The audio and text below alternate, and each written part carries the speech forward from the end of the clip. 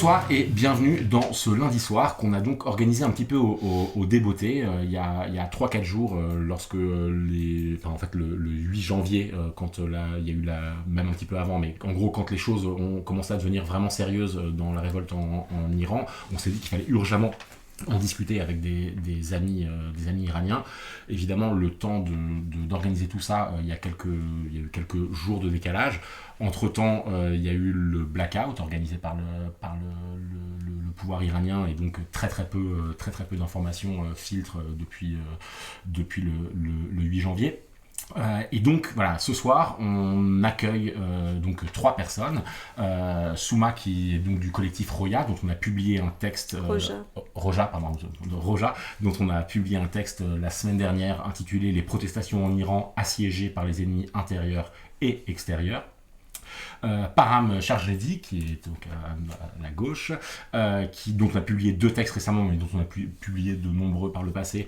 Le premier cette semaine, qui s'intitule Femmes, vie, liberté et rien d'autre, et la semaine précédente un autre texte qui s'appelait Concéder l'ignorance. Et juste à ma droite, Shohra Makaremi, qu'on avait déjà invité dans lundi soir, qui a notamment publié Femmes, vie, liberté, écho d'un soulèvement révolutionnaire en Iran en 2023 à la découverte, et plus récemment Résistance affective, les politiques de l'attachement face aux politiques de la cruauté. Voilà, donc là, on est dans une espèce de situation un peu étrange, où il y a quelques jours, en lançant, ce que j'essaie de mal dire en introduction, en lançant ces invitations, ce qui semblait un peu prédominer, c'était une sorte d'enthousiasme face à la rue, qui semblait en passe de renverser le gouvernement. Là, aujourd'hui, ça s'est un petit peu rallumé, les internets, et donc le New York Times parle de 3000 morts selon une source anonyme du ministère de la Santé iranien, et CBS parle de 12 000 à peut-être 20 000 manifestants tués par le régime. Donc évidemment, l'ambiance n'est pas exactement la même qu'il y a quelques jours. Donc on n'a prévu à peu près aucun plan pour cette discussion, si ce n'est de pouvoir discuter librement et de voir ce que les uns et les autres pensent, comprennent et analysent de la situation, en sachant, et ça va être un peu notre point de départ néanmoins, c'est que c'est donc le 5e soulèvement depuis 2017, et donc vous, chers invités, est-ce que là, dans cette nouvelle séquence, est-ce que vous voyez quelque chose de qualitativement, de quantitativement différent de ce qu'il y a eu précédemment? Enfin, comment est-ce que vous analysez, vous, les événements de ces derniers jours? Je ne sais pas qui veut commencer. Non, vas-y. Non. Parce que comme tu peux peut-être présenter le texte que vous avez écrit déjà. Oui, peut-être pour dire qu'il commence. J'avais déjà noté ça, mais ouais. Je pense que c'est à la fois la continuation des révoltes précédentes, mais aussi il y a des points de rupture, bien sûr, avec des autres. La continuation, c'est que les gens ils n'en peuvent plus vraiment de ce régime et de cette violence, on peut dire, les violences précédentes, les traumas qui ont eu avec ces violences, mais il y a aussi les points de rupture, c'est-à-dire il y avait une accélération vraiment très vite, mais qui était très liée de situations économiques, mais pas que, parce qu'on avait vraiment des chiffres d'exécution, par exemple, énormes de l'année 2025, au moins on avait 1200 morts, exécutions en Iran dans un an. Ce sont les chiffres officiels. Et du coup, il y a vraiment une colère, rage, etc. Mais ça, c'est généralisé. Mais pourquoi ça a été accéléré par rapport aux révoltes précédentes? C'est lié de situations économiques, mais aussi parce qu'il y a de plus en plus, en fait, des alliés de régime qui commencent à changer le camp. Par exemple, juste pour vous donner vraiment un exemple, Harsin, une des petites villes très actives à Kermanshah, à la province de Kermanshah, dans les premiers jours de révolte, où il y avait beaucoup de morts aussi. Harsin, c'est très proche de ma ville natale, où j'ai grandi, au Kurdistan. Et Harsin, c'était les Kurdes chiites. Par contre, quand c'était les Kurdes chiites, c'était vraiment les alliés du régime. Et c'est les gens qui étaient envoyés souvent dans nos villes pour gouverner les villes, parce que les Kurdes sunnites, nous, on n'avait pas des gouvernances locales. Les Kurdes, ils n'ont pas des responsabilités importantes. Par contre, ces mêmes personnes aujourd'hui, ils étaient à fond et c'était sur le front vraiment contre le régime, et dans la même ville très conservative, très religieuse, très pro-régime. Traditionnellement, on voit l'image des femmes voilées de mes mères, de ma mère, de l'âge de ma mère, de nos mères, qui sont dans la rue, qui disent « Abba Khamenei »,« Abba la République islamique de l'Iran ». Rien que ça montre qu'il y a vraiment des alliés de régime qui commencent à changer le camp. Point de déclenchement, c'était le bazar. C'est vraiment l'allié... Le bazar de Téhéran. Oui, bazar de Téhéran, c'est vraiment l'allié de régime depuis la révolution iranienne. C'est à la fois la bourgeoisie qui est proche de cet état parallèle de Pastaran, des gardiens révolutionnaires, très proche économiquement, mais pas que politiquement aussi. Et du coup, ça commence par bazar, c'est déjà un signe de rupture par rapport aux révoltes précédentes, mais aussi il y a la question de confrontation. C'est vraiment cette fois-ci, parce que je ne sais pas si vous avez des chiffres, mais là, au moins 200 personnes ont été tuées de côté du régime.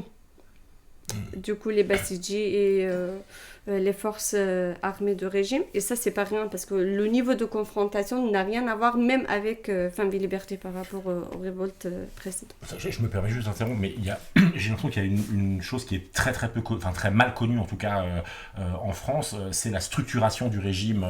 Parce que là, tu parles des Pasdaran, des gardiens de la Révolution, mais en général, les gens en France ne comprennent pas que cette espèce de caractère bicéphale de l'État iranien. Est-ce que vous pouvez expliquer un petit peu comment ça se structure? C'est quand même très particulier comme... D'accord. Ouais, même bicéphale ou presque tricéphale, parce qu'il y a le gouvernement aussi, avec un président de la République, Pezeshkian, qui les premiers jours a dit qu'il comprenait la révolte légitime des acteurs économiques, qu'il allait y répondre. En fait, pour la première fois aussi, on a eu une réponse gouvernementale avec la destitution, la révocation du directeur de la Banque centrale iranienne, puisque c'était une révolte qui au départ était propulsée par une nouvelle inflation. Et donc, cette réponse est gouvernementale. Généralement, quand il y a des soulèvements, il n'y a absolument aucune réponse. Vraiment, le quart de gramme est à zéro. Au niveau ça ne crée pas d'une crise institutionnelle ou gouvernementale. Et cette réponse-là n'a fait que rendre encore plus visible l'impuissance de ce gouvernement. Donc, en effet, il y a un gouvernement, il y a un jeu politique, donc eux, on va tout de suite les mettre de côté, puisque leur impuissance vient encore d'être vue. Les Iraniens le savaient déjà, c'est-à-dire qu'au moment où l'ancien président, qui était un bourreau notoire et ici, est mort dans des circonstances obscures, dans un accident d'hélicoptère, il y a eu des élections présidentielles avec ce candidat qui était présenté comme plutôt réformateur. Et encore une fois, on a eu des observateurs en France et à l'étranger qui venaient dire « mais voilà, c'est une possibilité d'ouverture, c'est une réponse un peu différée au soulèvement Femmes, Vie, Liberté. Et à travers cette ouverture, quelque chose va se jouer, puisque pour qu'il puisse être candidat, ce Pezeshkian, qui avait été ministre réformateur il y a 20 ans et qui est un proche de Khomeini, un proche des gardiens de la Révolution, il a bien fallu qu'il soit autorisé même à pouvoir se porter candidat.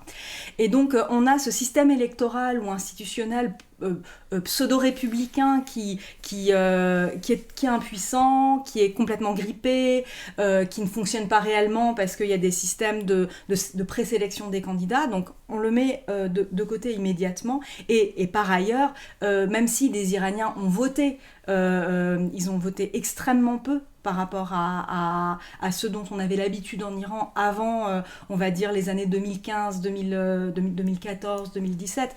On avait une république islamique qui, malgré tout ce qu'on pouvait dire et que j'étais la première à dire sur la violence de l'État et l'illégitimité de ce pouvoir, en fait, fonctionnait comme une république. On avait un pacte républicain qui fonctionnait, les gens allaient voter massivement.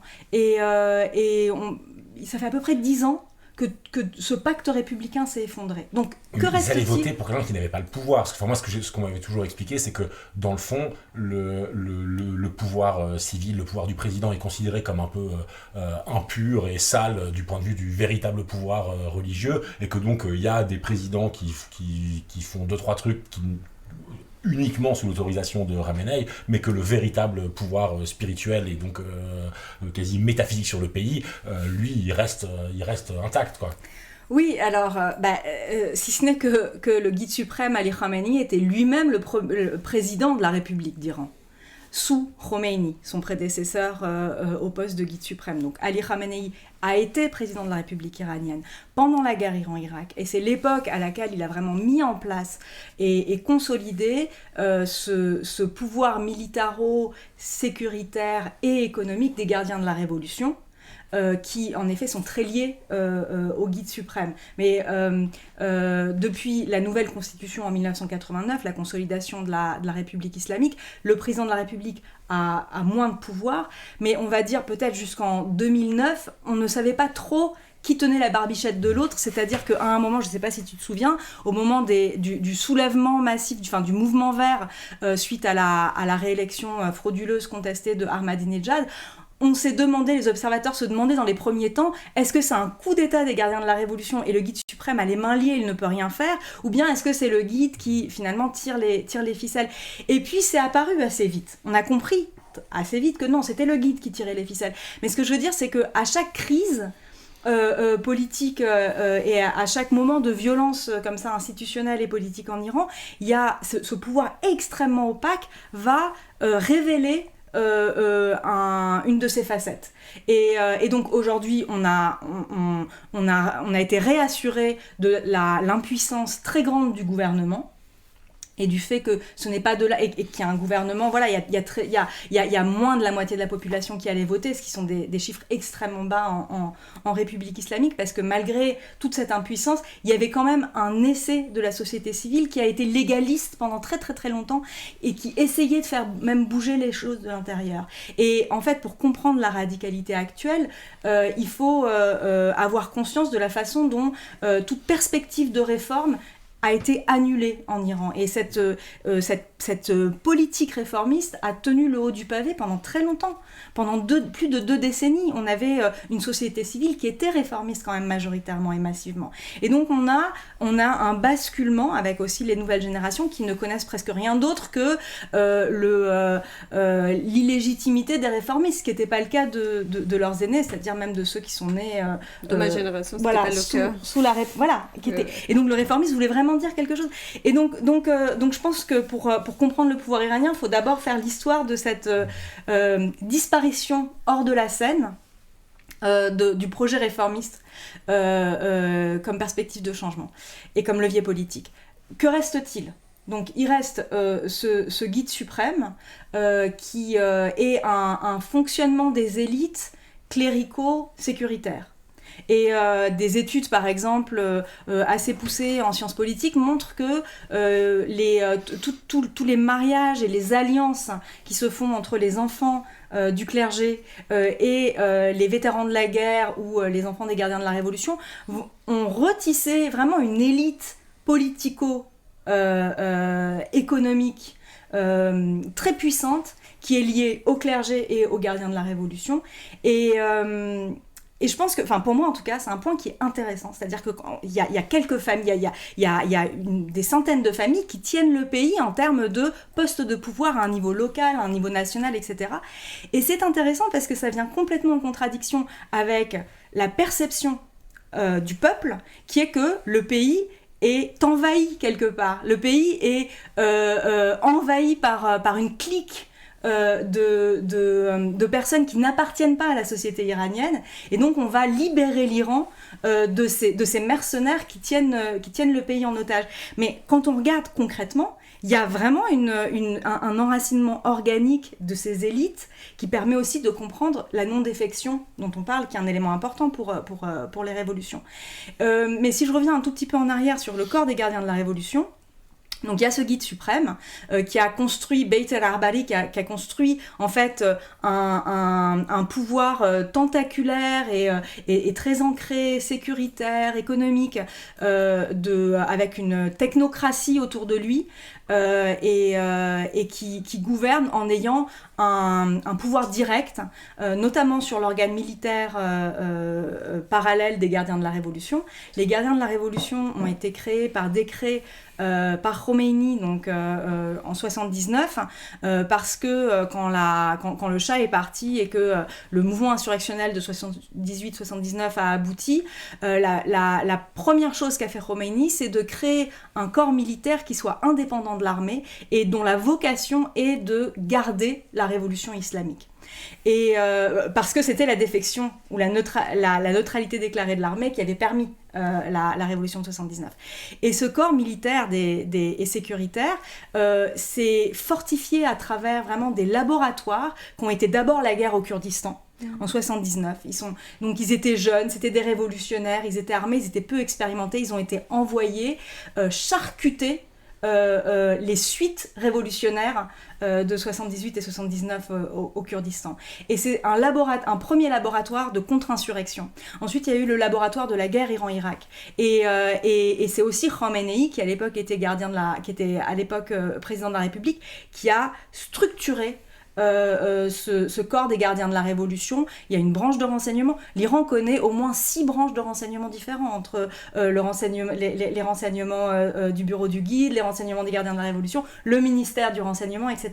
Donc il y a la branche de renseignement, il y a la branche militaire, il y a des forces de police, il y a le fait que les gardiens de la révolution chapeautent les milices du Basiji. Donc la milice du Basij, c'est plusieurs centaines de milliers, voire des millions de personnes, qui au départ étaient une jeunesse romainiste, comme on a des jeunesses hitlériennes ou des jeunesses fascistes, et qui sont des volontaires armés qui sont sous l'autorité des gardiens de la Révolution.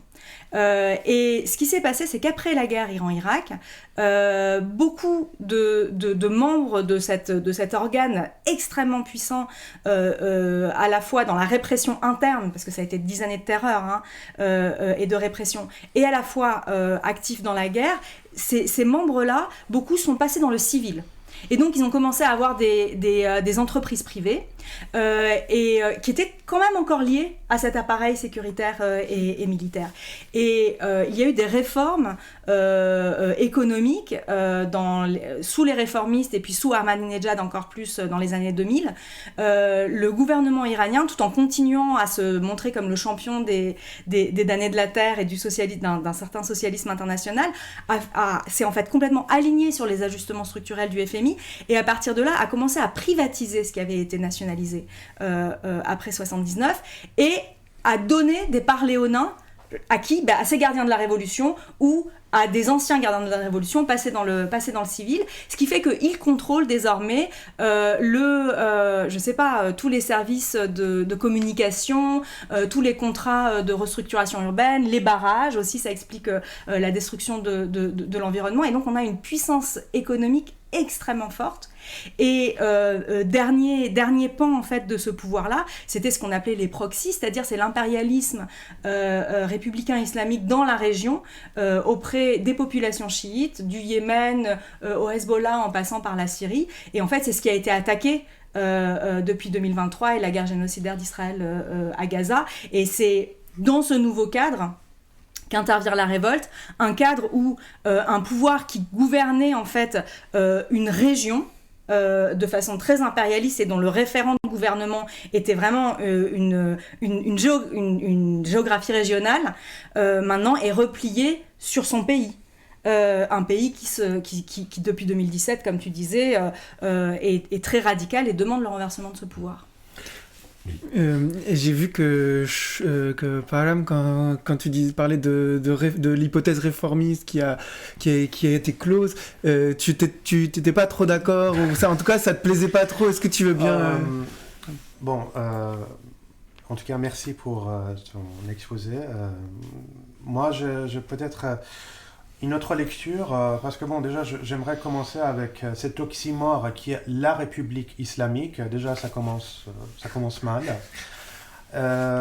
Et que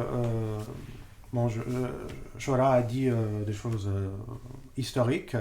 Je ne vais pas revenir là-dessus. Je veux un peu attirer notre attention sur le fait que la République islamique, ça c'est ma façon de voir les choses, pour faire simple, c'est du fascisme. Et ce fascisme, depuis maintenant bientôt 50 ans, écrasé en fait complètement la population iranienne, que ce soit les libertés, que ce soit les droits civiques, et que ce soit les réformistes, que ce soit les conservateurs. Il y a eu des cas extrêmement graves, des intellectuels assassinés, des poètes égorgés, des exécutions, des prisonniers politiques, la prison d'Evin qui est remplie par des milliers d'hommes et de femmes qui ont osé dire, écrire, parler, réfléchir, traduire, qui sont toujours là. On ne sait même pas en fait ce qui se passe dans cette prison parce qu'on n'a pas Internet. C'est ça en fait le cœur de ce qui se passe en ce moment même. J'ai oublié la date même, le 13 janvier 2026.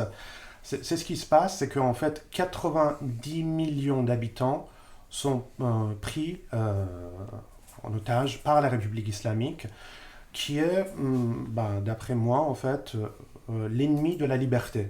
Toutes sortes de libertés.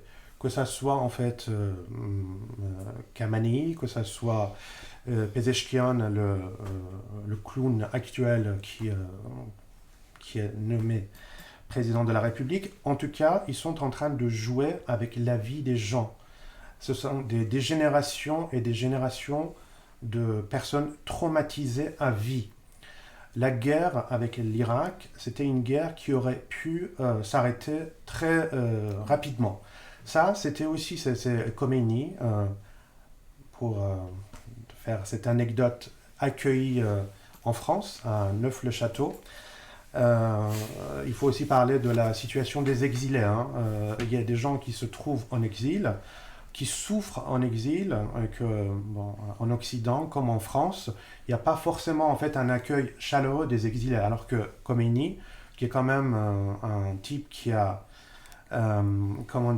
causé des exécutions en masse, qui a organisé des carnages, a été accueilli et qui a été envoyé à bord d'un avion d'Air France le 1er février 1979. Donc ça, c'est un rappel, je pense, qui s'impose, pour voir aussi l'aspect géopolitique, comment, c'est-à-dire l'Occident se positionne vis-à-vis de l'Iran. Le peuple iranien est un peuple extrêmement traumatisé depuis 50 ans. J'essaye de le dire parce que les personnes traumatisées sont aussi des personnes blessées. Et les personnes blessées sont des gens qui ne sont pas forcément en mesure d'élaborer un projet politique, pas dans l'immédiat. Et donc, il y a le fascisme de la République islamique d'Iran d'un côté, il y a aussi une autre sorte de fascisme, que ça viendrait de Trump, d'Occident, d'Israël, de Netanyahou. Et donc, c'est un peuple écrasé entre deux fascismes. Et de dire en fait qu'il faut choisir entre l'un ou l'autre, c'est un enjeu très compliqué en ce moment. Mais ce que j'aimerais un peu insister, c'est sur le fait que ce qui se passe en Iran depuis la révolution islamique, c'est d'une gravité sans nom. Et qu'on soit de gauche, de droite, centriste, on peut à aucun moment soutenir en fait cette situation. Qu'on soit des intellectuels, qu'on soit des écrivains, des poètes, des gens qui aiment les sciences humaines, qu'on aime la culture, qu'on aime l'histoire, à aucun moment il est hors de question en fait de dire on a des principes humains, on a des principes de modernité, il faudrait soutenir ce régime. Mais il y a aussi ce silence assourdissant en ce moment, parce que 6 jours sans Internet, les lignes téléphoniques sont coupées, les gens sont massacrés. Il y a des images en fait qui circulent petit à petit. On voit par exemple médecine légale à côté de Téhéran. Il y a en fait en banlieue sud de Téhéran, Kahrizak. C'est un endroit, en 2009, après le mouvement vert, on emmenait en fait les jeunes qui avaient osé protester. En plus, c'était entre deux candidats choisis par le régime. Ils avaient osé contester en fait les résultats. Et donc, ils ont emmené les jeunes là-bas pour les torturer, pour les violer, pour les exécuter. Kahrizak, pour l'inconscient collectif des Iraniens, c'est ça. Et aujourd'hui, Kahrizak, c'est rempli de sacs poubelles noirs avec des cadavres. Des gens qui ont reçu des balles dans leur tête. Tu veux dire aujourd'hui, le 13 janvier 13 janvier, 12 janvier, 11 janvier, il y a des images. Depuis 8 janvier. Et ça, c'est-à-dire en fait, moi dans ma vie, je fais énormément de manifestations en France et ailleurs pour des raisons diverses et variées. De dire que la police ou la force anti-émeute tire à balles réelles sur les manifestants, sur les gens, c'est immonde, c'est même pas immonde, je trouve pas les mots en fait pour décrire cette situation, mais ça montre aussi en fait que la population iranienne aujourd'hui n'a plus rien à perdre. C'est ça aussi en fait ce qui se passe. Les Iraniens sont dans un désespoir total. Ils ont vu qu'il faut voter, ça ne marche pas, d'espérer, ça ne marche pas, de dire peut-être avec celui-ci, peut-être avec celui-là. Jamais ça n'a marché. Ça fait 50 ans que ça dure, et 50 ans de souffrance, et que moi je veux encore répéter, ces traumatismes, ces séquelles sur le corps, sur le désir, sur la langue, ce sont des choses qu'on ne peut pas effacer comme ça, du jour au lendemain. Ça laisse des traces, ça a déjà laissé des traces. La République islamique est enracinée dans nos corps même, dans notre esprit, dans notre langue, dans notre façon d'agir, dans nos réactions. C'est quelque chose malheureusement qui s'efface pas comme ça. Et néanmoins, vous avez l'air de dire, tant dans ton poème, un des deux poèmes, les derniers qu'on ait publiés, et que dans ton texte, votre texte au collectif Roja, vous avez l'air de dire, c'est quand même, on s'approche de la fin. Tu dis c'est très enraciné, c'est présent, ça a marqué tout le monde, et effectivement, mais qu'on s'approche aussi d'une sorte de fin que tout le monde pressent. Est-ce que vous pouvez nous expliquer pourquoi? Est-ce que c'est lié à l'enthousiasme des premiers jours?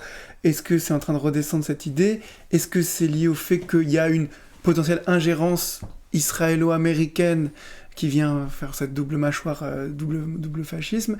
Ou à d'autres raisons? Pourquoi voilà. Peut-être juste pour compléter ce que je dis au départ, moi je dirais qu'il y a 3 contextes qui expliquent la situation et cette accélération révolutionnaire peut-être qu'on n'a jamais connue dans l'histoire post-révolutionnaire, et cette violence qu'on n'a jamais connue non plus, malgré toute la violence de régime que je confirme depuis la révolution. Du coup, il y a le contexte, on peut dire le contexte dont on a parlé, les révoltes précédentes depuis 2017, parce que jusqu'en 2017 c'était vraiment l'espoir de réforme de façon générale, même s'il y a des diversités. Mais à partir de 2017, c'est vraiment, on avait 2017, 2019, les révoltes vraiment des périphéries de pays, les régions kurdes et arabes principalement. Et du coup, il y a des peuples, je dirais plutôt des peuples iraniens que le peuple iranien, parce que c'est très compliqué à ce moment de parler le peuple. On peut plutôt parler des peuples. Et du coup, depuis 2007, justement, ces peuples s'est divisé, même si, du coup, avec Femmes, Vie, Liberté en 2022, on voit vraiment pour la première fois une unité qu'on n'a jamais connue non plus, et beaucoup d'espoir, des différents couches de la société et des groupes de la société qui luttaient côte à côté. Mais du coup, là, c'est le contexte, un peu dire, des révoltes qui arrivent avec qui arrivent avec du coup le soulèvement actuel, et c'est du coup deuxième contexte, c'est le contexte économique. C'est vrai que le contexte économique c'était déjà horrible dans la périphérie. Du coup, c'est pas un hasard quand on voit par exemple ce qu'on appelait la révolte de l'eau dans la région arabe de l'Iran, Ahvaz, en 2020. C'est pas un hasard quand on appelait la révolte des Gorosnegan, les affamés, en 2019. Du coup, c'était déjà, mais c'était dans les périphéries, très peu dans le centre du pays. Et à partir de plus en plus, on voit la situation de périphérie qui est en train de généraliser dans les régions plus privilégiées du pays. Et c'est pareil pour la question de classe. Je trouve que cette fois-ci, ce soulèvement, c'est vraiment un soulèvement de classes populaires, clairement. On peut ne pas être d'accord sur les slogans, sur la façon dont elle exprime. Il y en a qui disent que on a des amis de gauche qui nous disent c'est vraiment un mouvement de fascisme. Je le soutiens pas. Parce qu'avec les slogans, etc., et parce que c'est la classe populaire, il y a énormément de slogans sexistes, au contraire de Femmes, Vie, Liberté. Du coup, les gens qui sont dans la rue, du coup, c'est vraiment la classe populaire qu'on a très peu connue jusque-là, et qui n'est pas très connue pour la société, pour les médias, pour tout le monde. Vous faites une analogie avec les gilets jaunes dans votre texte. Oui, justement, parce que en fait, cette méfiance vis-à-vis de déclenchement de bazar d'un côté et aussi la composition de mouvements, ça ressemble un peu aux gilets jaunes, peut-être dans deux sens, mais il y a des choses qui se ressemblent.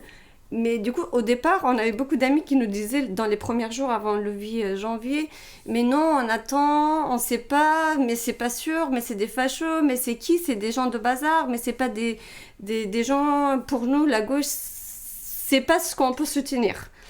Et du coup, il y a aussi la question de minorité nationale et ethnique qui divise la situation, qui change un peu les analyses, parce que par exemple, de point de vue, moi je suis kurde, de point de vue de Kurdistan et de Baloutchistan, qui étaient vraiment sur le front en 2022, qui n'étaient pas très soutenus vraiment. Après, il y avait un backlash après Femmes et Liberté très nationaliste contre les Kurdes et les Balouches et tous ces gens et les femmes aussi, je dirais.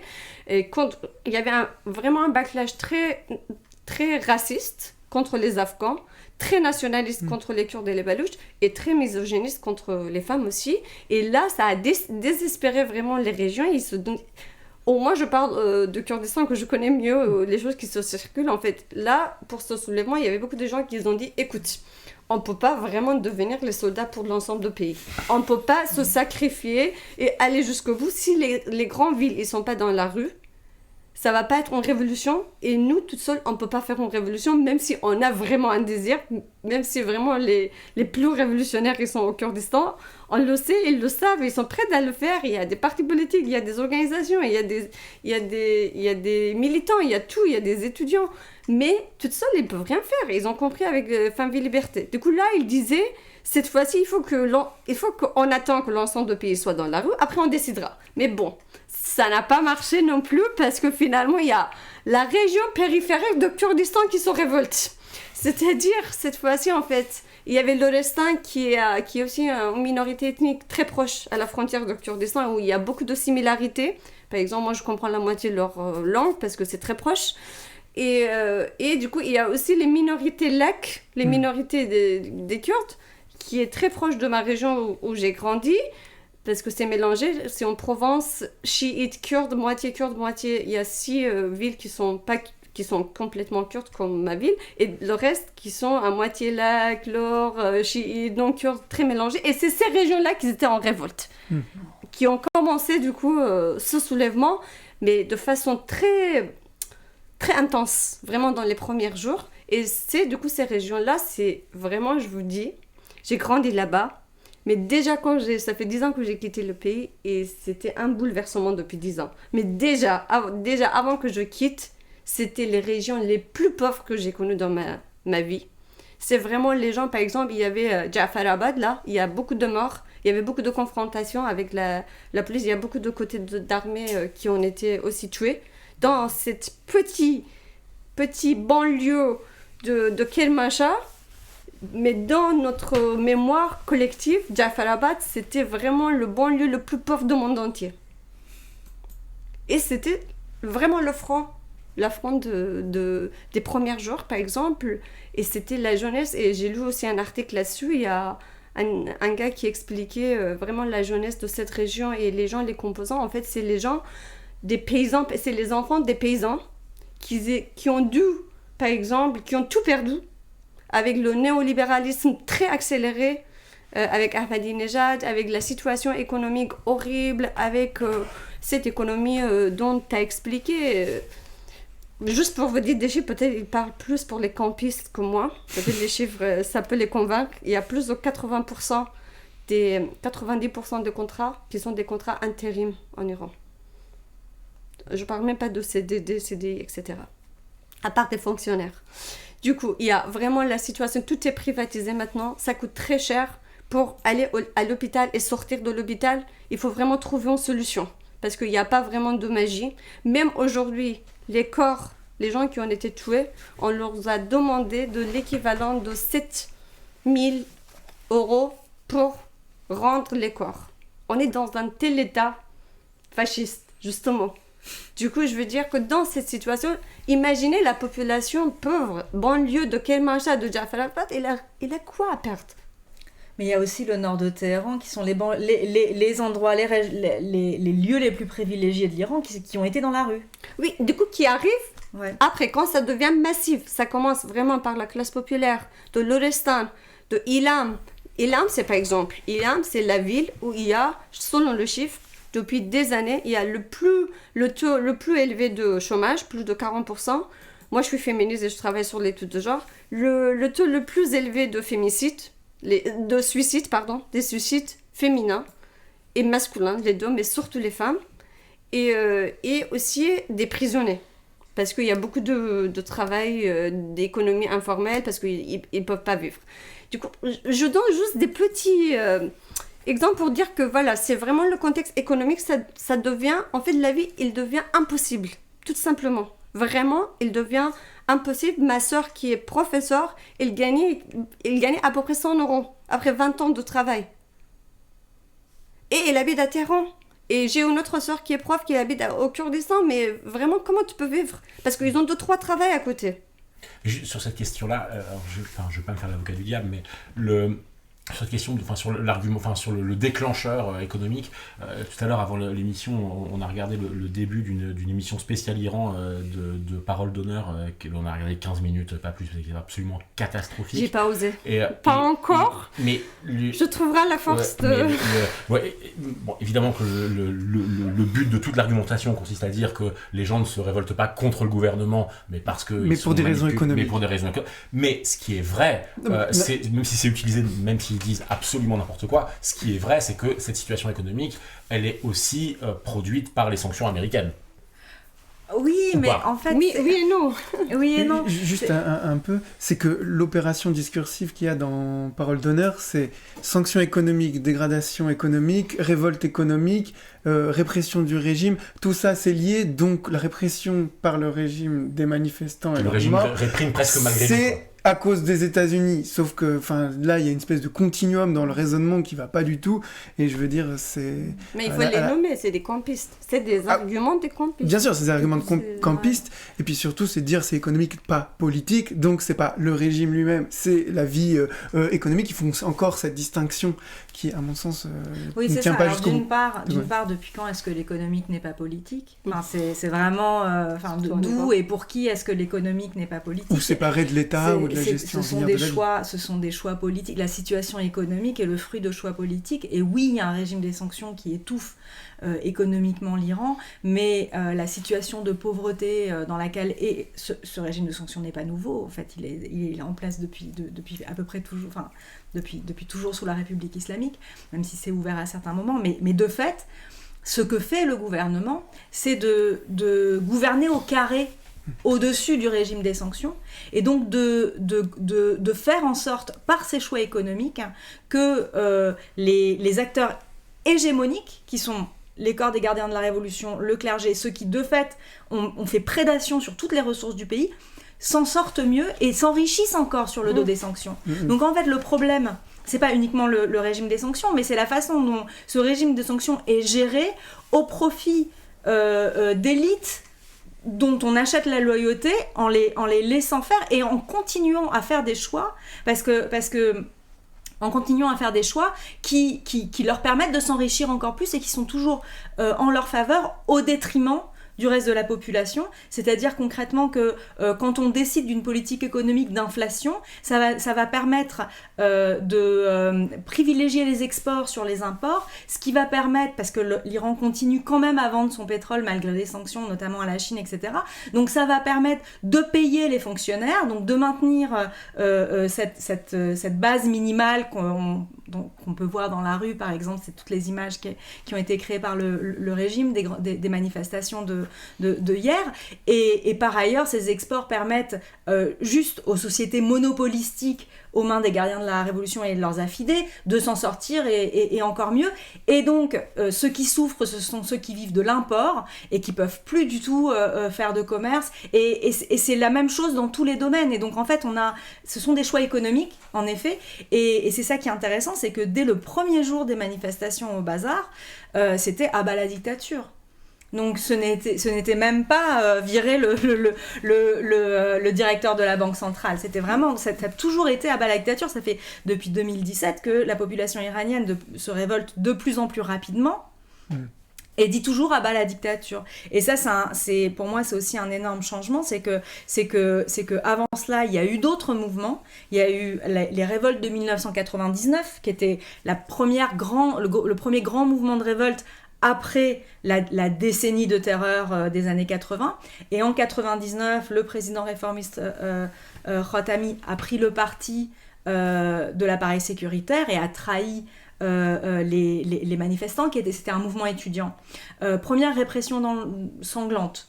Et la société civile était blessée. Elle a mis du temps à remobiliser ses forces et à y aller à nouveau. En 2009, toujours en demandant des réformes, toujours pas de changement radical. Il y avait quelques slogans à bas la dictature, mais très très peu, vraiment c'était complètement marginal dans les manifs. Et en 2009, grosse répression, les snipers dans la rue, les exécutions, spectacles, etc. Pareil, la société civile remet longtemps il y a presque un mouvement de dépolitisation immédiat, chacun se replie sur son sein privé, etc. Et puis, à partir de 2017, on a 2017, 2019, 2020, 2022, 2023, aujourd'hui. Et donc là, ça continue. Et une chose, moi, qui me paraît vraiment importante par rapport à l'évolution de la société iranienne, c'est que la décennie de terreur et de guerre a comme changer les mentalités en dévaluant complètement la conception même du sacrifice politique. C'est-à-dire que vraiment, c'est la chanson de Brassens, mourir pour des idées, d'accord, mais de mort lente. Et donc en fait, il y avait un sens commun qui s'est construit au sein de la société iranienne à partir des années 90, qui était de dire, de toute façon, moi je donne ma vie pour rien, je la garde ma vie. Et aussi en opposition à l'idéologie de l'État qui était le culte du martyr. Et à partir et même encore dans le soulèvement Femmes-Vie Liberté, mais il y avait cette idée que il y a des retraits stratégiques à des moments où, parce que de toute façon on est dans un rapport tellement asymétrique, dès qu'on met le pied dans la rue on risque la mort, et donc il y avait cette idée de pas y aller et que la vie ne vaut pas la peine d'être sacrifiée pour. Et en fait moi j'ai l'impression, c'est une rupture que je sens aujourd'hui, c'est que là, cette digue-là est en train de sauter, une digue qui s'est mise en place au prix mais de tellement de sang pour arriver à faire rentrer dans la tête, à discipliner la société iranienne au prix de politique de la cruauté pour qu'elle pense que la radicalité était une forme de danger et de violence, et qu'en fait, la violence ne venait pas de l'État, mais de ceux qui s'opposaient radicalement, qui étaient dans un refus radical. Et ça a complètement basculé. Et maintenant, ça y est, c'est même une analyse qui est presque datée, parce qu'on est rentré dans autre chose, quoi. Et selon vous, ce qui fait que, parce que là, j'ai l'impression que depuis 2017, les soulèvements, ils sont quasi immédiatement insurrectionnels. C'est-à-dire que, par exemple, si on prend l'exemple de 79, parce que c'est pareil, c'est un truc que les Français connaissent mal, mais 79, la révolution iranienne, au départ, c'est un mouvement populaire, révolutionnaire, qui fait fuir en tout cas le Shah. Et en fait, la République islamique, c'est le moment contre-révolutionnaire qui suit après et qui instaure ensuite le régime fasciste. Mais au départ, la révolution de 79, c'est plutôt un très très heureux événement. Et c'est notamment des milliers d'usines en grève, des grèves sauvages dans tous les sens, etc. Enfin, c'est quelque chose qui... Enfin voilà, c'est un mouvement ouvrier insurrectionnel qui se diffuse dans la société assez rapidement. Et là, j'ai l'impression que, par exemple, il n'y a pas de... Enfin, j'imagine que c'est lié à la forme de la répression, mais il n'y a pas de syndicat, il n'y a pas de tentative de grève, tout est immédiatement insurrectionnel. Est-ce que tu peux... Non, vas-y. Par rapport aux conditions de possibilité de la grève aujourd'hui en Iran. Peut-être en parlant de ça, on peut parler d'alternatives aussi, parce que les gens ils se demandent pourquoi il y a ce fils de Shah qui arrive, qui se disent proclamé, guide, etc. Oui, parce que là, il y a en ce moment des gens qui appellent au retour du chat ou du fils du chat, pas à la vie, ça. Ouais, et lui-même aussi. Et lui-même, qui est très, très... Il appelle pour être appelé. Oui, voilà. Non, il fait pire que ça. Il n'appelle pas pour être appelé. Il a complètement Il est détruit prêt. toute possibilité d'organisation et de coalition de l'opposition qui ne passerait pas par sa Par suprématie. son signe. Et il a Donc, publié aussi un texte incarné de 160 pages qui est très importante, qui dans son plan et son programme qui est horrible, genre lui toute seule, il va choisir vraiment les chefs de trois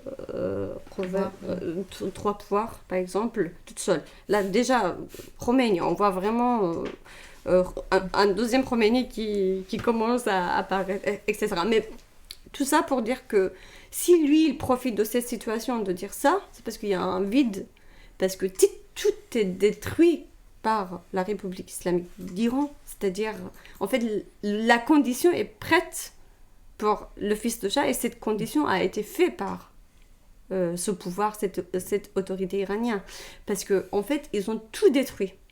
Il n'y a pas les possibilités de politique. Parce que s'il n'y a pas la médiation entre la société et le pouvoir, s'il manque ça, on ne peut pas vraiment... On va rentrer dans la violence, on va rentrer dans la révolte, on va finir autrement. Et ces médiateurs-là, cette médiation, et ça fait longtemps qu'il a été complètement détruit. Du coup, les syndicalistes, ils existent, mais ils payent très cher pour ça. Et ils ne peuvent pas faire grand-chose. Il y a des moments où c'est comme tous les dictateurs. Il y a des moments où c'est un peu possible de faire des petits trous. Il y a des moments d'ouverture pour 1000 raisons. Il y a des moments... Mais de façon générale, dans ces moments-là, il en profite. Et après, il y a la violence, la répression, il recule, etc. Mais de façon générale, les syndicalistes qui existent, les syndicalistes de transport de terrain, de ceux de la région pétrolière, le sud de Ahwaz, la région arabe de l'Iran, il y a quelques syndicalistes. Mais ils ont déjà fait des grèves vraiment remarquables. Des 30 000, par exemple... ouvrières dans la région sud de l'Iran où il y a des pétroles, etc., hyper stratégique pour le pays. Il y avait déjà ça, mais aujourd'hui, avec la situation économique, là, il y avait aussi 2 grèves pendant la révolte actuelle, mais c'est très peu. C'est très peu parce qu'en fait, c'est très difficile de s'organiser et c'est vraiment... On n'a pas parlé de jeunesse, mais là, il y a beaucoup de jeunesse dans la rue. Là, on a très peu entendu sur vraiment qui sont ces gens qui ont été tués. C'est très difficile d'avoir accès à l'information, mais jusque-là, une grande partie, c'est vraiment la jeunesse. Jusque-là. Même si on a quelqu'un qui avait 88 ans, par exemple, qui a été tué direct par le bal, mais... Et moi, par exemple, il y a quelqu'un de ma famille qui m'a appelé de Kermanshah il y a 2 jours pour me dire que ma famille est vivante, tout va bien. Et du coup, il m'a dit... Et il était à côté d'un médecin dans le grand hôpital de Kermanshah, de cette Provence, qui était très touché par la révolte et par la répression, parce que c'est une région kurde, mais kurde chiite, etc., tout ce qu'on a expliqué. Et du coup, il me disait que rien qu'à travers de l'hôpital, les blessés, les corps qui sont à l'hôpital, moi je peux dire qu'il y a plus de 1000 morts qu'à Kermanshah, parce qu'il y a beaucoup de corps qui sont là, où on ne trouve pas les familles, où personne vient les chercher, au-delà des blessés, etc. Et il me disait, il y a beaucoup de jeunes. C'est ce qu'il a dit dans 5 minutes de discussion. Il m'a dit de façon très tragique, genre, il a dit, moi j'ai un enfant sa fille, elle a 20 ans, elle a dit, ce sont souvent l'âge de ma fille. C'est ce qu'il a dit. Vous voyez, du coup, il faut voir aussi ces genres de situations. Cette jeunesse, par exemple... Et cette jeunesse, cette jeunesse, ça fait partie aussi des acteurs très importantes dans la révolte actuelle. Je m'arrête là.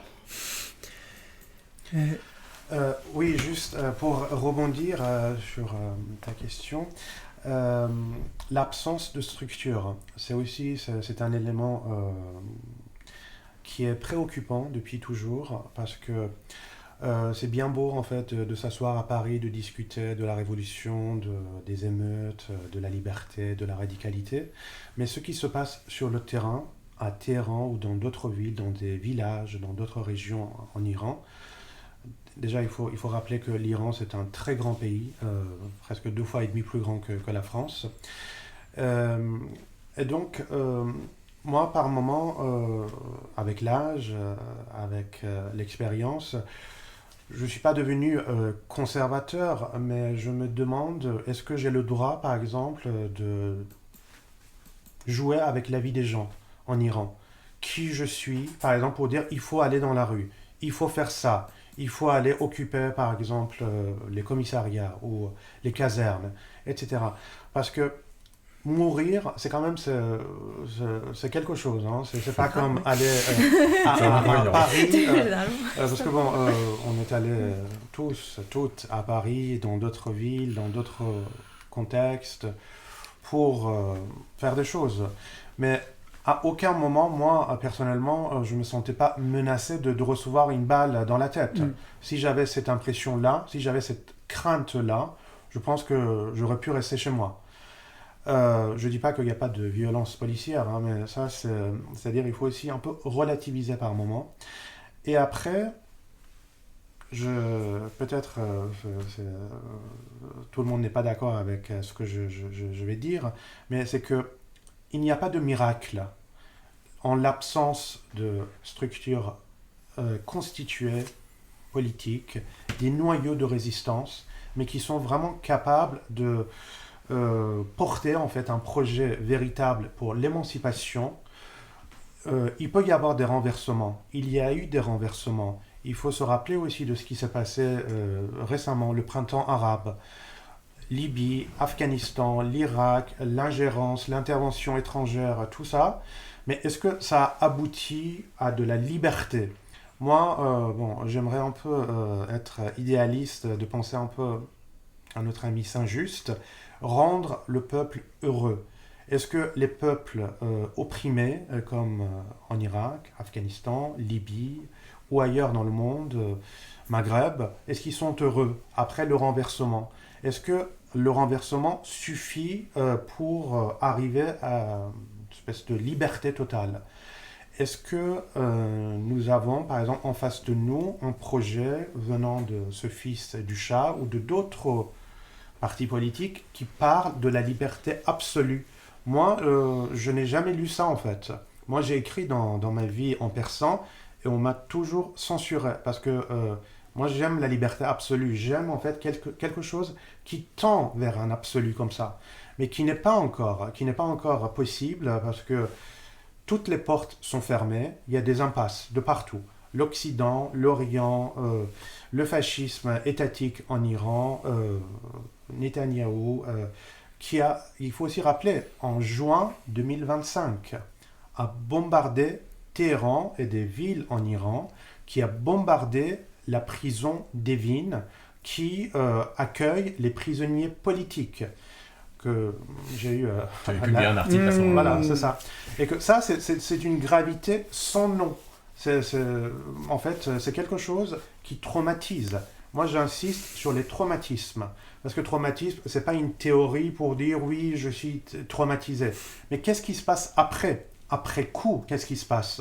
Après coup, ce qui se passe, c'est que le désir est mort. Et le désir mort, c'est quelque chose, en fait, qui t'oblige... Moi, je vois des gens ici à Paris, en exil, qui ont été traumatisés par le régime. Torture, les menaces, les exécutions genre blanches, c'est-à-dire on va t'accompagner jusqu'au bout et après on va pas t'exécuter. Mais ça laisse des traces qui sont irréversibles. Et devant cette situation, je pense pas en fait déjà en fait qu'une ingérence soit une solution. Qu'on demande Trump viens nous libérer, ça n'a jamais marché comme ça dans l'histoire de l'humanité. Après, ça c'est mon avis, je pense que c'est comme dans la vie, la révolution véritable est une révolution permanente et une révolution lente.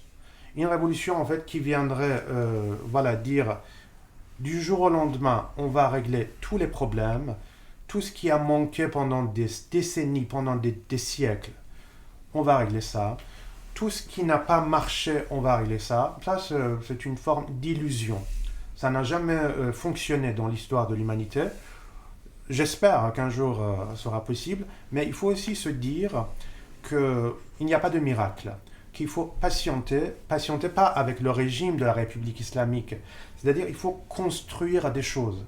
de faire des pas petit à petit, d'écrire, réfléchir, discuter, disputer, organiser des choses. Mais c'est pas en fait, c'est pas comme ça en fait en un clin d'œil, c'est trop facile. Et quand c'est trop facile, c'est un peu suspect. Est-ce que je peux ajouter quelque chose? Ouais, parce que j'ai oublié de dire, quand vous parlez des organisations qui ont été complètement détruites par le régime, il y a aussi une asymétrie dont tu as mentionné, mais j'ai oublié de dire, il y a une asymétrie aussi entre les peuples et les différentes régions de l'Iran.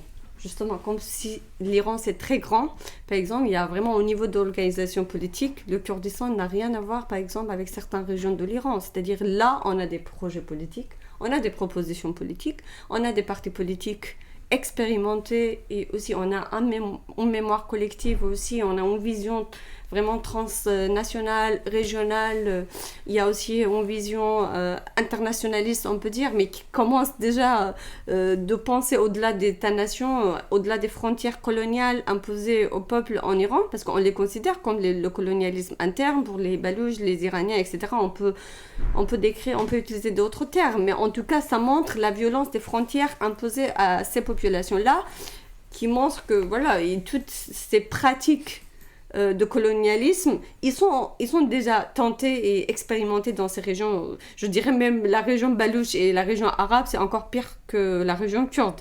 Mais je veux dire que le Kurdistan, il a plus de militants, du coup on entend plus parler de Kurdistan, heureusement, parce que c'est ça, mais il y a des régions qui sont pires encore. Du coup, dans ce contexte-là, il y a des asymétries, comme il y avait en 2022 ce projet politique qui venait de Kurdistan, mais ça ne marche pas, parce qu'on est dans un pays hyper nationaliste. En fait, même une grande partie de la gauche, elle a internalisé du coup les enjeux nationalistes.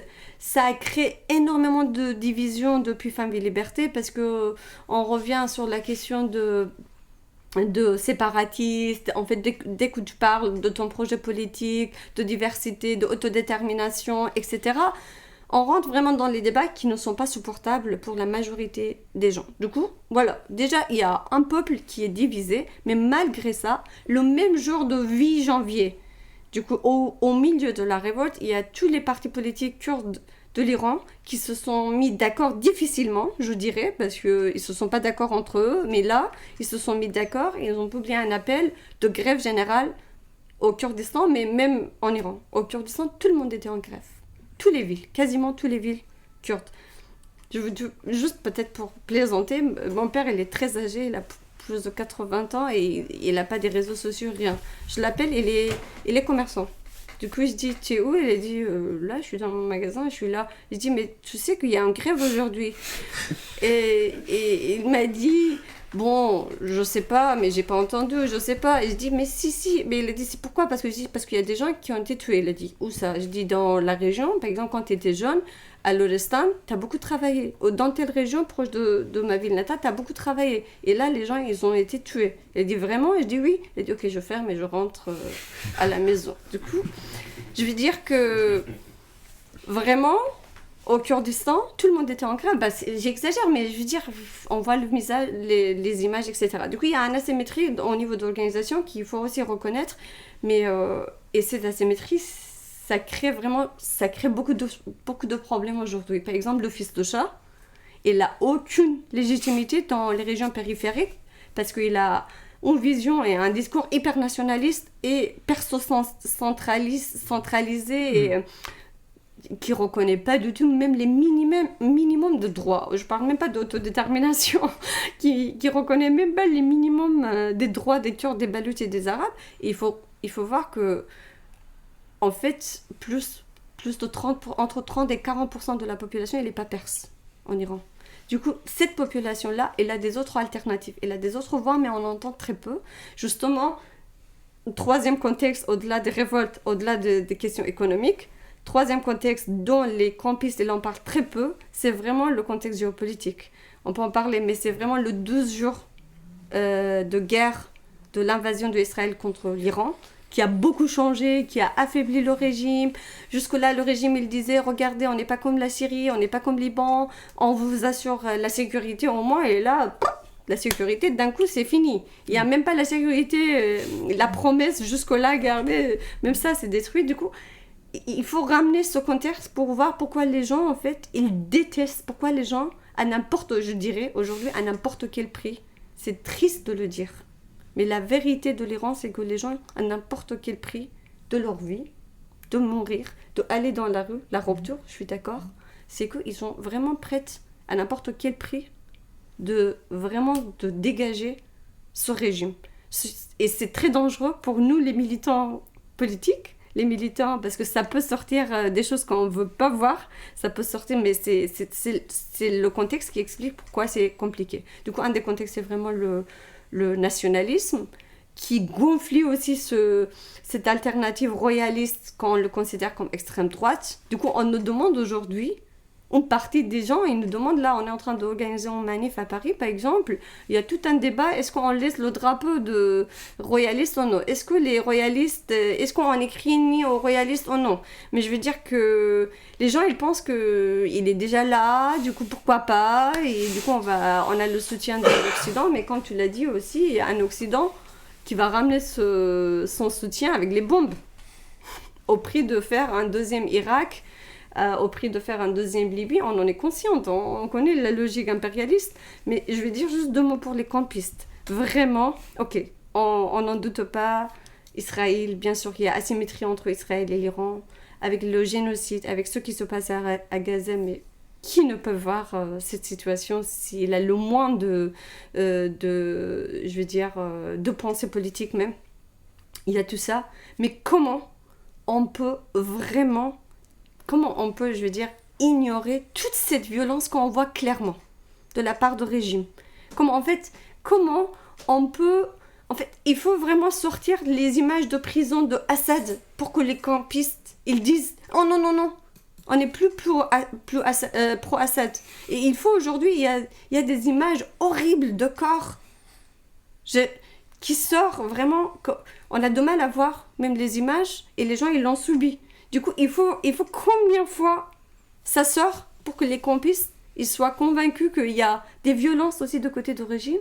Et on ne peut pas dire que votre vie, it doesn't matter. On ne peut pas dire que les vies des Blacks, les vies des Kurdes, les vies des Balouches, les vies des pauvres Iraniens, les vies des femmes, ça compte pas parce que voilà, il y a d'autres violences plus graves, bien sûr, plus graves, on n'en doute pas, ailleurs. Mais comment on peut voir les choses de cette façon? Dans ce cas-là, les Balouches, ils peuvent dire, écoutez, la violence qu'on subit, ça n'a rien à voir avec la violence des femmes à Téhéran, avec la violence des Kurdes même, avec la violence des classes populaires.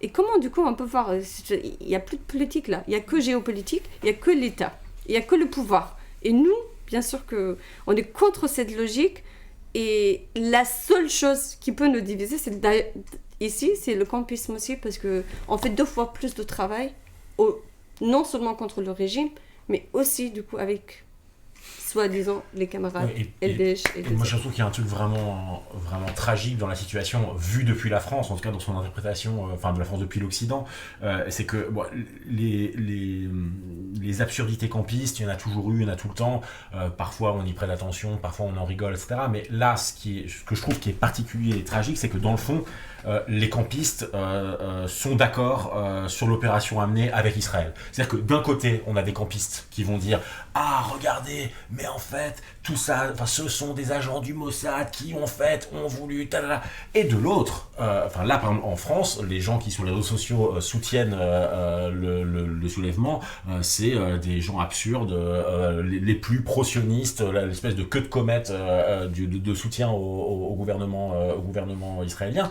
Et donc, dans le fond, la boucle est bouclée. C'est-à-dire que, dans le fond, que ce soit les campistes les plus absurdes comme les pro-israéliens les plus débiles, ils ont tous intérêt à dire...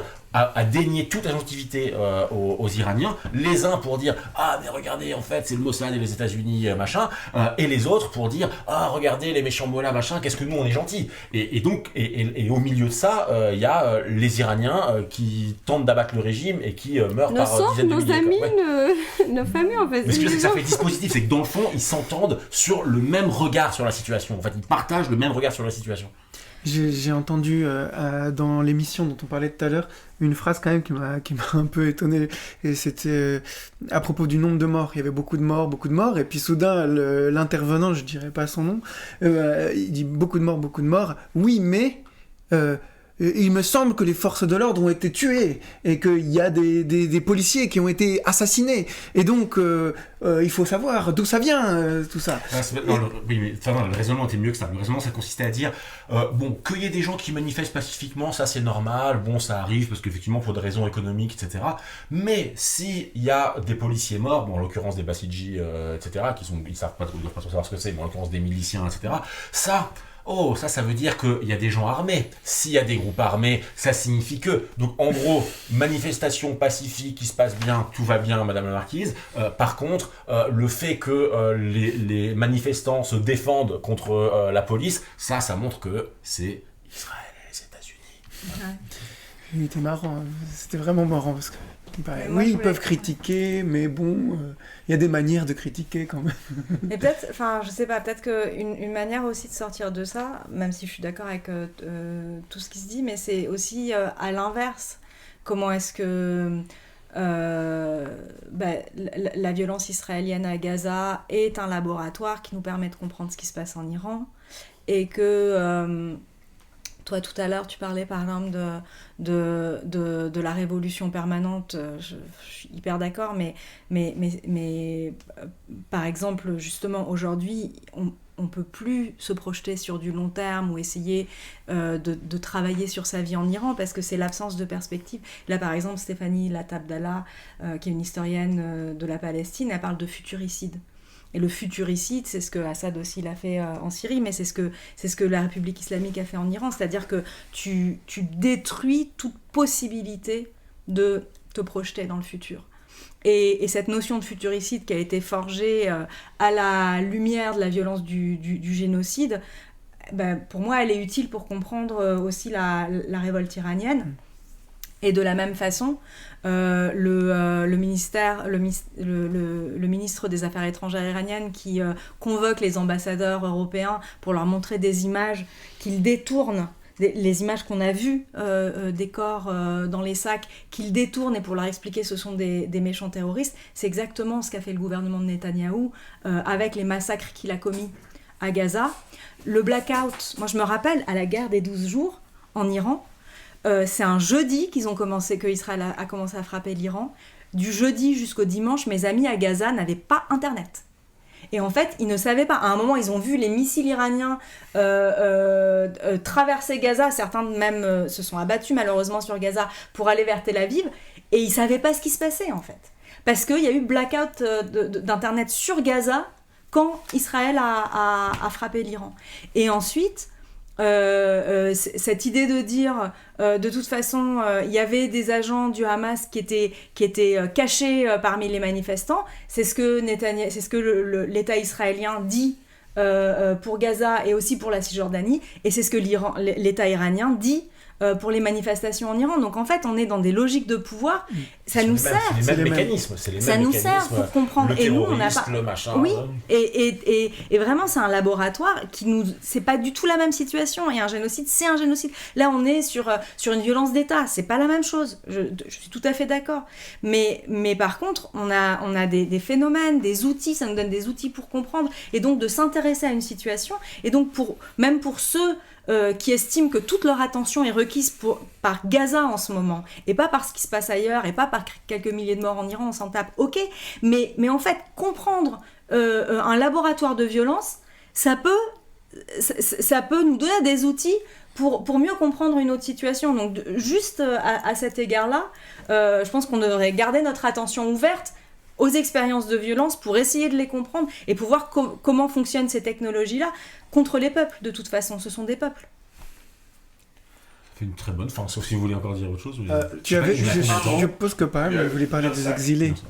Juste un mot sur le parallèle que je voulais faire entre les peuples humiliés, par exemple les Américains qui ont voté pour Trump, parce qu'ils pensaient qu'ils allaient retrouver la grandeur grâce à ce monsieur, et qu'il y a aussi justement une forme de nationalisme qui est sous-jacent en Iran depuis toujours, que je n'essaie pas en fait de combattre aujourd'hui ici, mais que les Iraniens sont humiliés aussi par le régime, par des décennies de dictature, et qu'il y a aussi cette idée, par l'arrivée de cette marionnette qui est le fils du Shah, de redonner la grandeur au peuple qui a beaucoup souffert, qui a été donc privé de liberté, de choses extrêmement basiques, de se vêtir de façon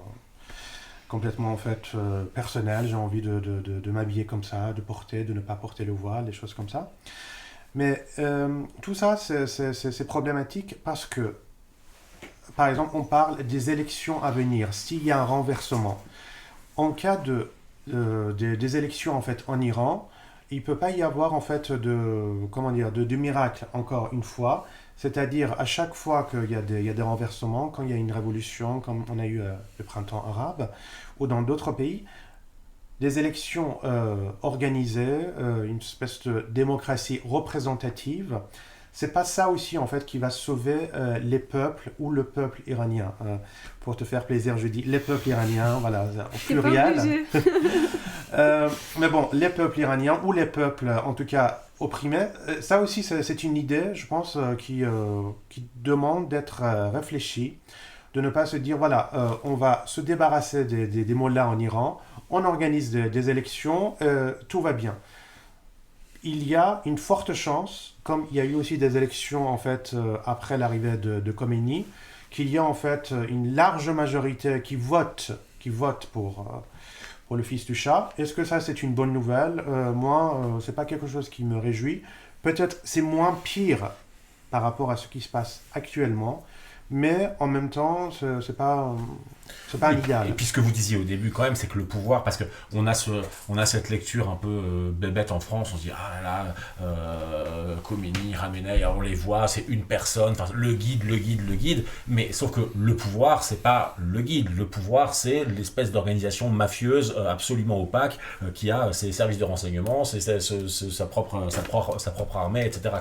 Et donc la chute du régime, ça peut pas être, même si la figure de Khamenei est hyper importante, le régime il tient quand même par d'autres choses, par d'autres infrastructures, d'autres institutions que lui seul, quoi.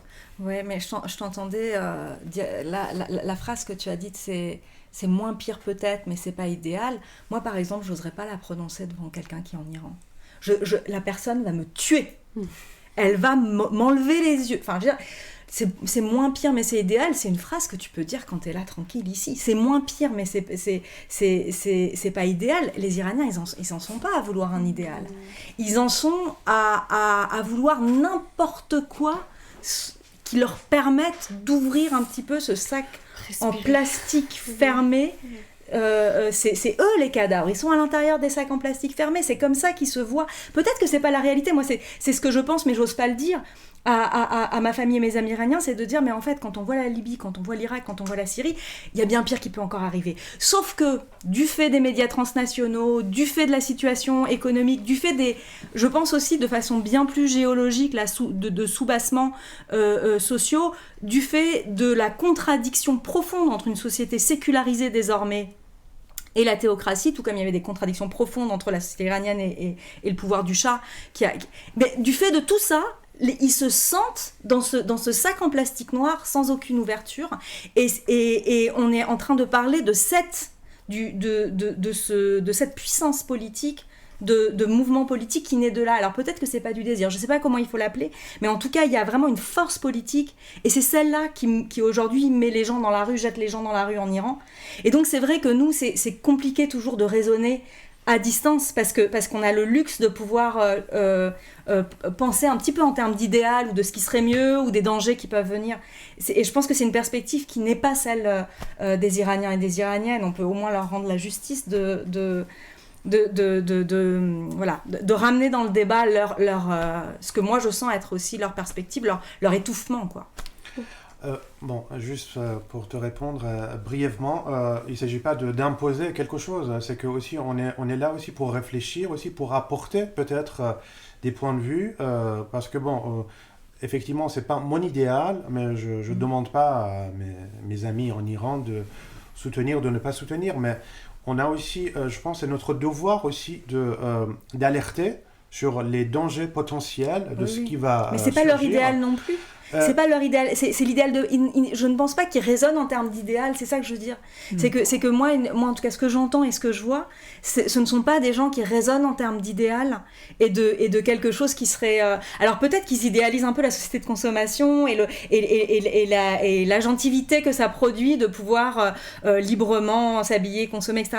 Mais je pense qu'on n'en est pas là. Enfin, je veux dire aussi, Soma, la façon dont tu as ancré sociologiquement la révolte dans les parties les plus opprimées du pays montre qu'il y a quelque chose d'autre qui est à l'œuvre et que cette réflexion sur le meilleur projet possible. Juste pour dire que les peuples iraniens sont des gens extrêmement blessés et que le danger, c'est qu'il y a des vautours en embuscade. Donc, c'est pas pour nommer telle ou telle personne, mais ça, c'est une réalité. Et de dire, en fait, que une personne blessée dans sa tête, blessée dans son corps, est potentiellement, comme ça, exposée devant ces vautours, Occident, Orient, ça a aussi quelque chose, je pense, qui est préoccupant. Peut-être il faut ajouter quelques nuances à cette question de l'intervention étrangère, etc. Ce qu'on a écrit aussi dans le texte de Roja. En discutant d'ailleurs avec les camarades internationalistes et surtout le cas des camarades de Venezuela, c'est que maintenant, en fait, l'intervention étrangère, c'est pas juste de ramener le fils de chat ou de faire peut-être le régime change comme on connaissait dans les pays avant, au Libye ou ailleurs. Ça peut prendre des autres formes. Il nous disait que, par exemple, au Venezuela, apparemment, il n'y a pas assez d'intérêt de régime change classique et du coup, il veut gérer Trump le pays, mais sans complètement sans complètement changer du coup, la structure du régime. Il y a deux hypothèses très fortes aujourd'hui dont on entend dans le milieu iranien, c'est qu'une des hypothèses, c'est vraiment le fils de chat qui va être soutenu par l'Occident, etc. Du coup, effectivement, en fait, il y a beaucoup de gens qui disent le retour de chat dans la ville, mais je veux dire, peut-être c'est banal ce que je veux dire, mais il y a plusieurs raisons. Mais une des raisons, c'est que il y a beaucoup. On appelait les camarades avant le coupeur d'internet, ils nous disaient vraiment, on va dans la rue et les gens ils cherchent la tonalité. Quel slogan marche mieux? C'est-à-dire que c'est facile à crier, par exemple. Vraiment, il y a même des éléments comme ça. Ils s'en foutent un peu de contenu, en partie. Et deuxièmement, en fait, c'est qu'ils disent qu'en fait, c'est un prétexte pour eux. Ils savent même pas qu'est-ce que c'est derrière. C'est pas ce qu'ils savent pas. C'est que, en fait, ce que tu disais, c'est très difficile de dire qu'ils veulent. Parce qu'ils veulent pas. Parce qu'ils n'ont même pas le droit de vouloir. Ils n'ont pas la possibilité de vouloir.